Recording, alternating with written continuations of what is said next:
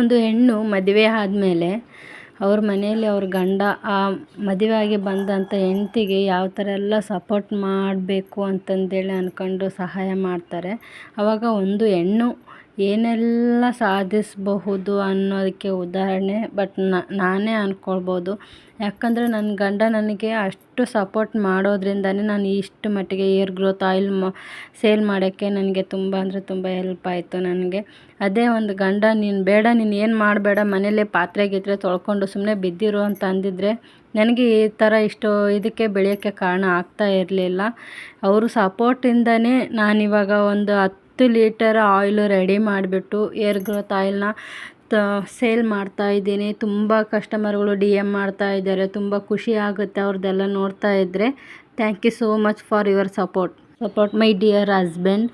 ನಾನು ಈ oil ready ಮಾಡಿ ಕೊಡೋದ್ರಿಂದ ಎಷ್ಟೋ ಜನಗಳಿಗೆ